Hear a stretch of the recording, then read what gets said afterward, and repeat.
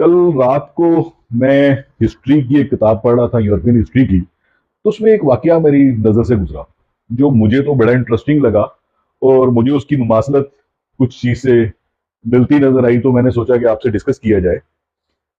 Adolf Hitler Germany का हुक्मरान था। ये 1920 में इसने नेशनल सोशलिस्ट वर्कर्स पार्टी की बुनियाद रखी।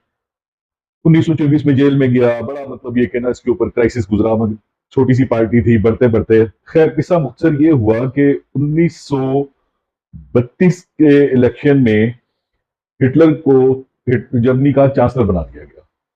उस वक्त इसके पास क्योंकि मेजोरिटी नहीं थी, थोड़े से वोटों से आया था। तो 30 जनवरी 1933 को जब हिटलर को चांसलर बनाया गया, तो उसके ठीक एक महीने बाद 27 फरवरी 1933 को जर्मनी की पार्लियामेंट में आग लग गई।